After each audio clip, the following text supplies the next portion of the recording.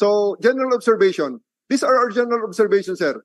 The most common refrain of KOJC in preventing or delaying searches is quarters na mga babae yan. And we have heard it a while ago from one of our resource persons na puro daw mga quarters na mga babae. And true enough.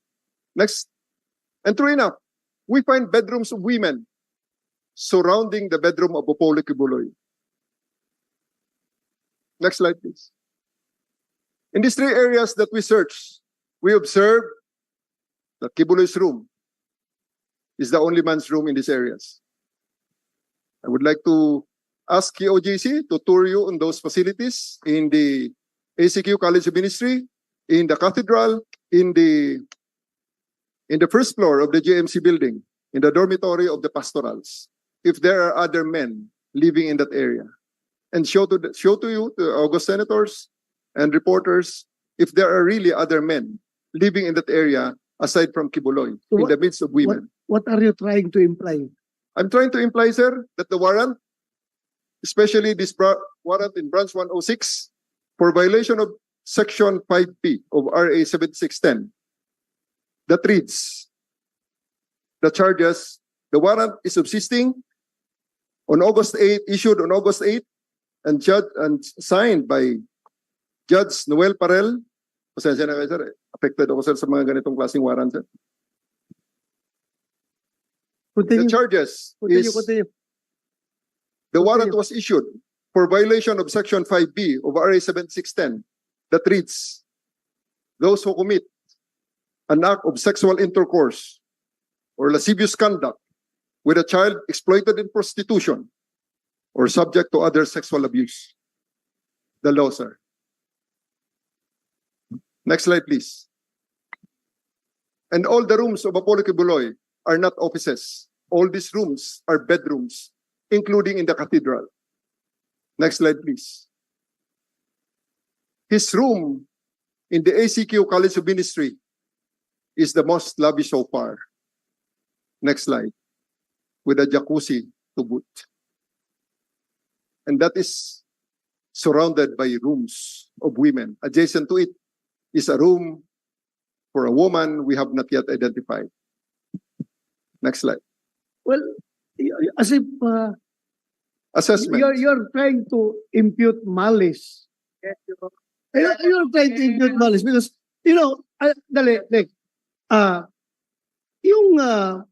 yung bathtub na yan, regardless kung gaano kamahal yan, kaya nga niya bumili ng eroplano eh. Kaya nga niya bumili ng helicopter eh. So, Sir, the warrant of arrest had already been issued by a judge on charges of sex with a minor. So, that means, sir, that the rooms that we are searching is really the room of Apollo Kibuloy based on all the indicators. Kaya lang, sir, tagus-tagusan ng mga kwarto, tagus-tagusan ng mga pinto. Kailangan namin, sir, search on our own terms, but not on the terms of... You agree with me that all you are saying are all theories? Yes, sir, of course. Kasi, have you seen Pastor Apollo Kibuloy making sex with the children in that bathtub? We are not saying... Wala naman, di ba? We are not saying it, sir. It's in the warrant. Because you are trying to impute malice in your statements. No, sir. I'm not imputing malice. I'm just reading what is in the... I was not born yesterday. The way you deliver your statement is trying to impute malice. What I'm saying, sir, is that the evidence that we see is supporting the warrant of arrest for sex with a child, sir. Okay, you're free to make your own assessment. But I am also free to, as the chairman of this committee. Yes, sir, of course. That's what I observe from you. You're trying to impute malice on the subject with the absence of actual sex happening in that bathtub. Huh? I think the actual sex happening, sir, was already discussed and already studied by the judge. That's why he asked for he issued a warrant. Diyan nangyayari? No, sir. Okay. Oh. We're not implying that it's from the bathtub, sir. What I'm saying, sir, I'm not lawyering for Pastor Kibuloy. I am just trying to you know, based on what you are saying, I'm just trying to, What I'm saying, sir, is that, please. Previous slides, please. Previous slide. Ito, sir, ang observations lang naman. okay, observations. Previous- You're free to make your own observations. The Go most ahead. common refrain is the use of women. Okay. Which nakita namin, sir, 99% of people tailing us. Kita mo, sir, yung sa kanina yung diwata.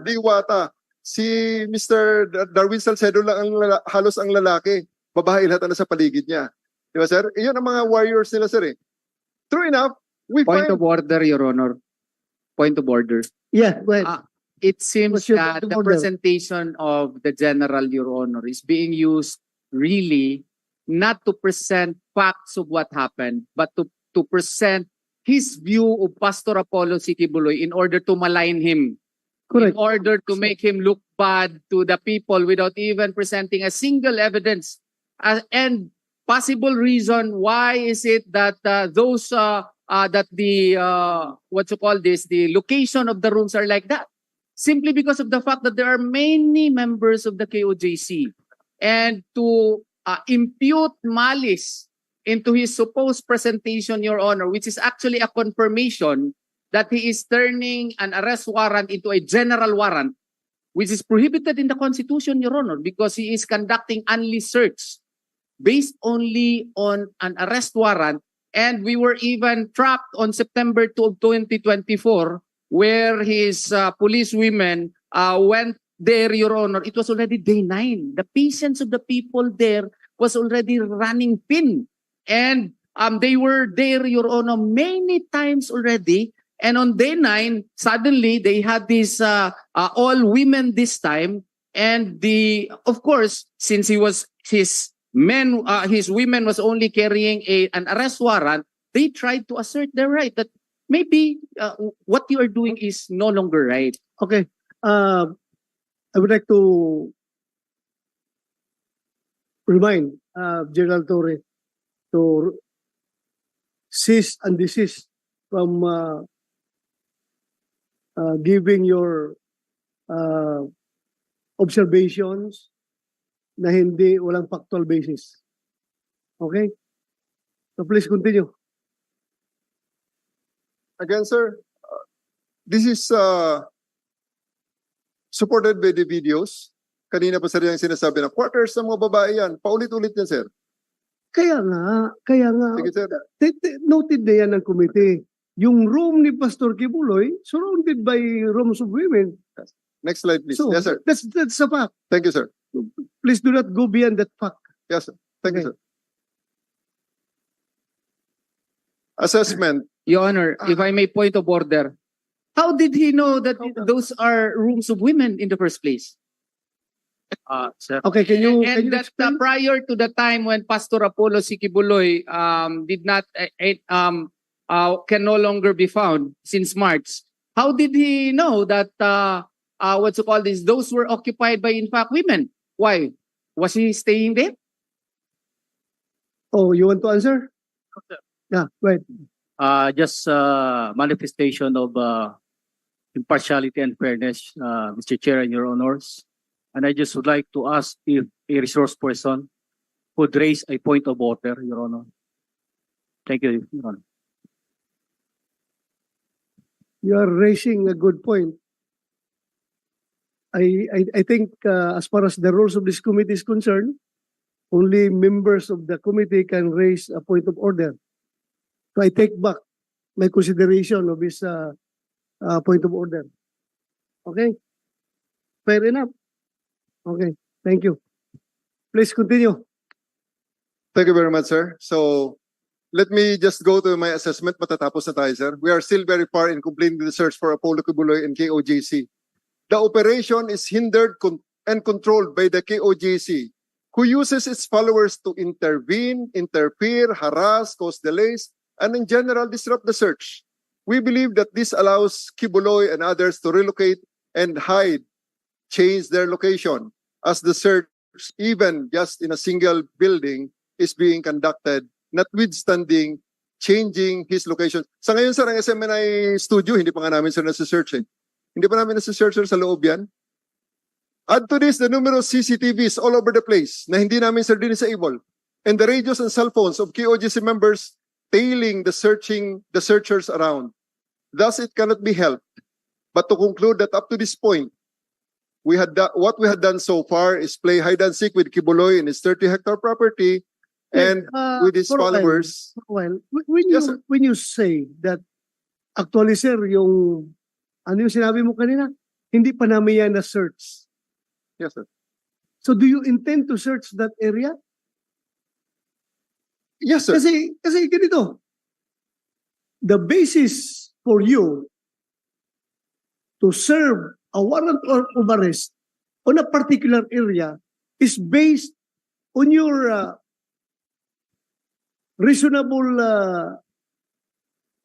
reasonableness na andyan siya. Ngayon, you mean to say na sabi mo na naman na ando na naman siya sa yung area na hindi mo pa na-search? The area, sir, is the area that we reasonably believe that where he is the KOJC compound. Mr. Chair, Wow, napakalaking area yun. Mr. Chair, Ah, just a short okay. question. I represent here Sunshine Media Network International, which the good resource person made mention, Mr. Chair, that they have not searched our studio within the compound. That's a lie. Because Why? yesterday, all of them went inside, up and down, side to side, and they even attempted to bring a light detection machine, two of them, with personnel in uniform without nameplates.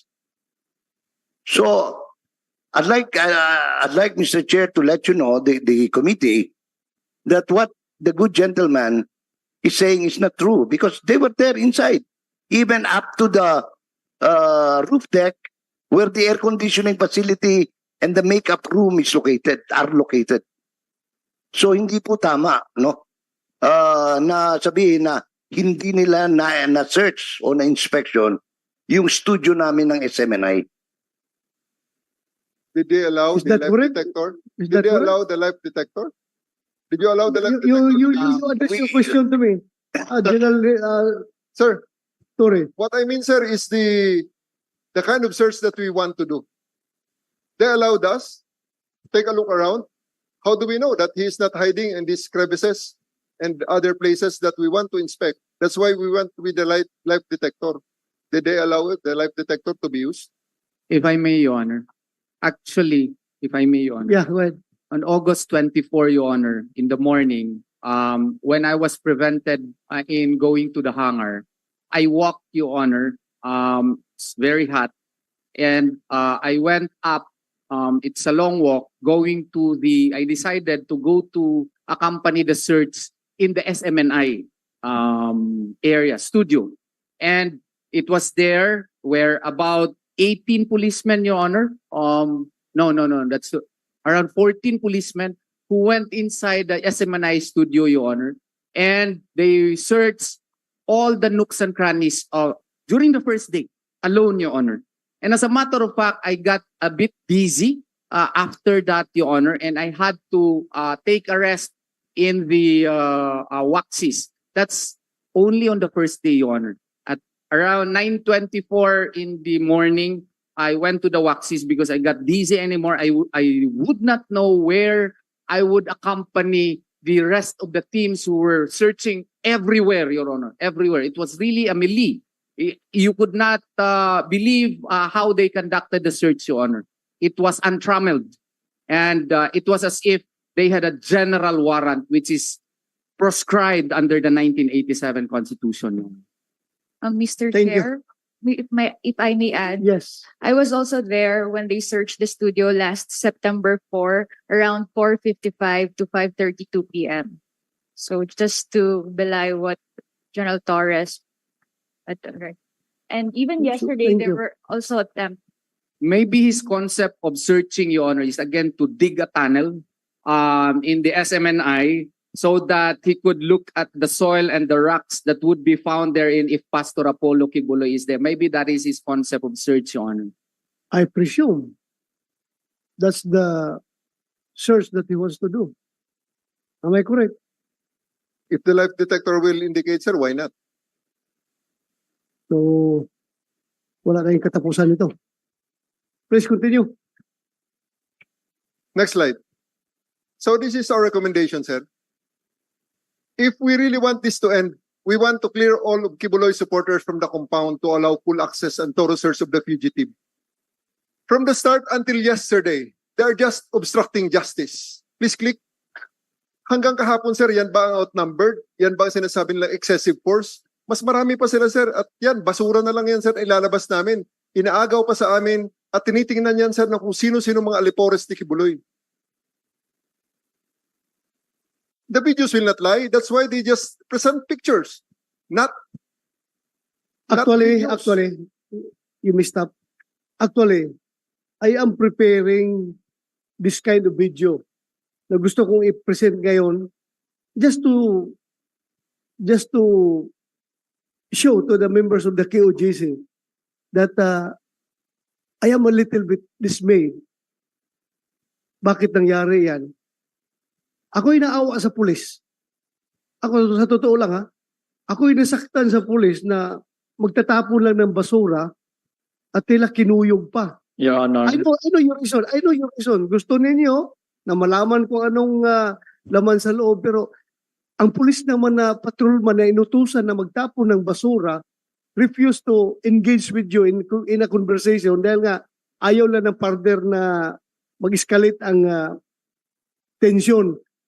Ako lang, I'm just expressing my dismay. Bakit yung patrolman na magtatapon lang ng basura sa labas, umabot pa kayo sa ganyang sitwasyon, nagkagulo na ng gusto. Alam ko yung rason ninyo, gusto ninyong transparent lahat, okay lang yun.